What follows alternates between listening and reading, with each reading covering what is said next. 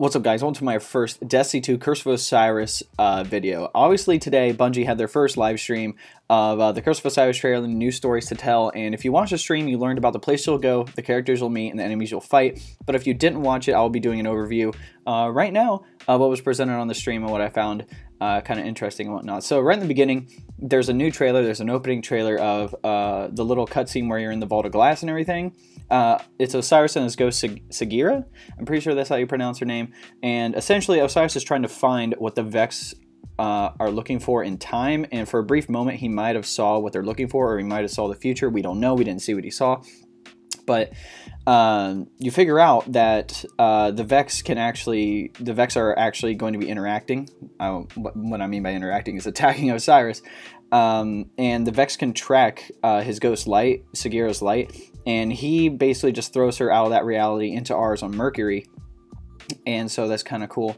Apparently that Vault of Glass isn't Vault of Glass, or like our Vault of Glass maybe. It could be a different reality's Vault of Glass. I don't know how that works in the game. But you can also see Osiris's gear. Clearly he has modified his gauntlets, aka the sun bracers, to hold radiolarium instead of, I guess, like the solar light. This is probably why he could travel through the Vex network and through time and everything very easily. Plus you could see in very fine detail that his gear is Egyptian themed. It just looks really cool. Going over Sagira, Osiris's ghost, it's the first ghost to actually have a voice in Destiny other than our own. It's the first female ghost, very, very sassy, very opinionated to say the least. Essentially, we have to find her on Mercury after Osiris throws her out to be able to access the Infinite Forest, which we'll go over here in a bit. But it's going to be very cool to interact with another person's ghost. Let's go over Mercury and the new social space, the Lighthouse. Now, if you don't know what the Lighthouse is, Lighthouse in Destiny 1 was a place where you could go once you went flawless in Trials of Osiris, and you could get exclusive gear, armor, whatever. The Lighthouse in this new social space will be on Mercury and has received a few upgrades, to say the least. It's a new Lighthouse, but it's still a Lighthouse.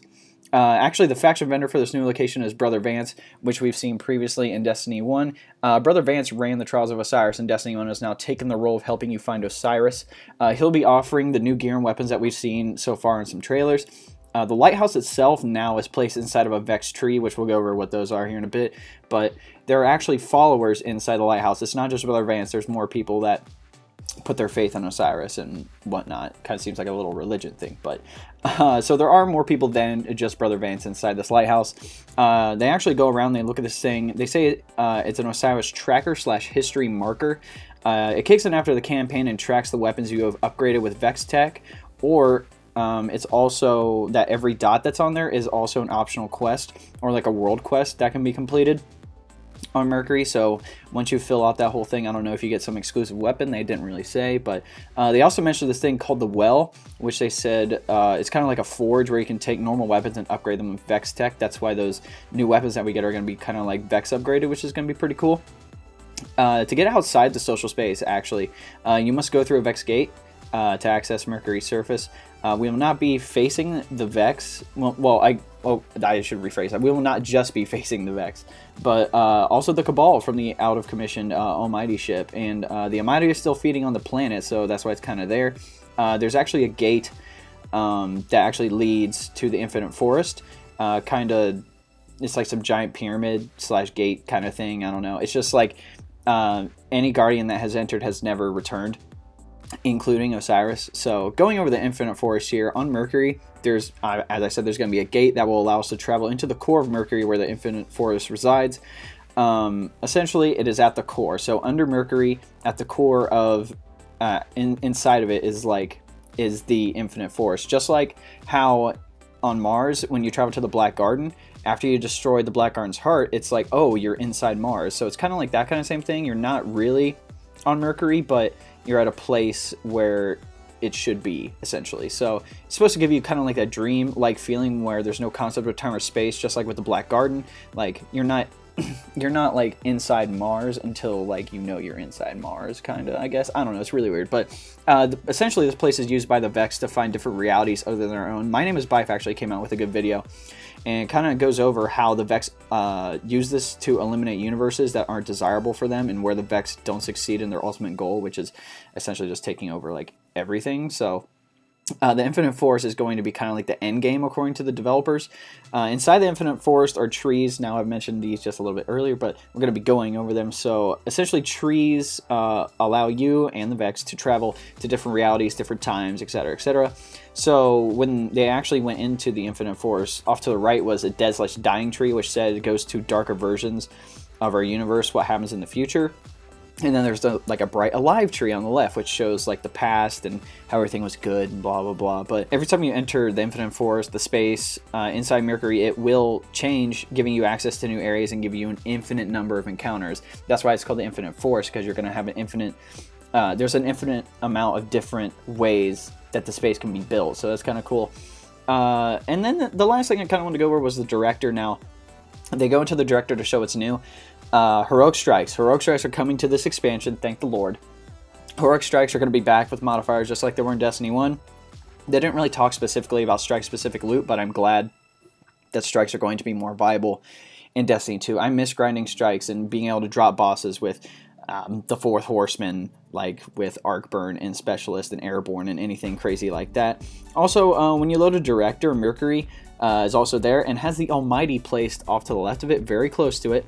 And since the Almighty is consuming Mercury, as I said earlier, for fuel, we could potentially be able, like, we have the potential to go to this location. I feel like it's pretty high, considering we're facing Cabal on Mercury as well. I feel like we're going to be able to go back onto the Almighty ship and kind of see what's going on.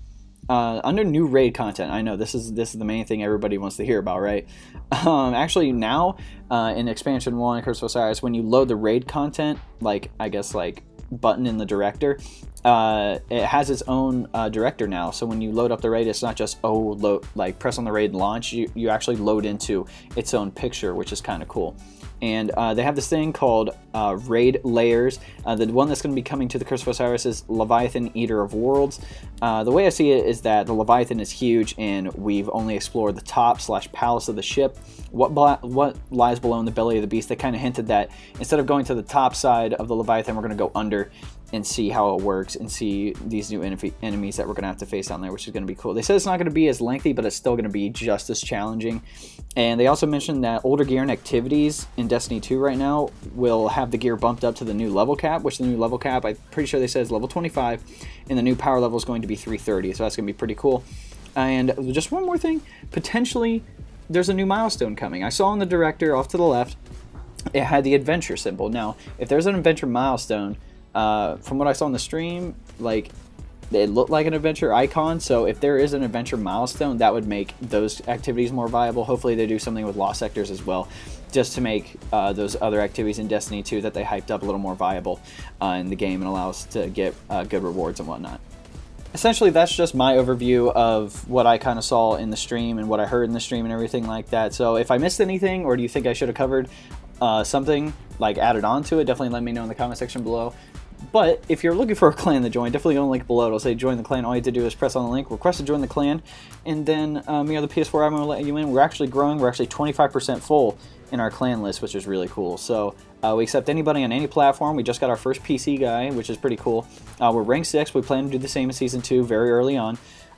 So if you're with a smaller clan and you're like, oh, why aren't we hitting rank 6? Why aren't we doing this? Why aren't we doing that? Definitely just head over to the clan. We're open to anybody coming in. Like, if you play Destiny 2 constantly, like, that's awesome. Like, I will definitely grind with you if you're on Xbox. Like, I know the PS4 guys are on very often. They do the raid once a week and whatnot, which is pretty awesome. Comment what you guys want to see below as well.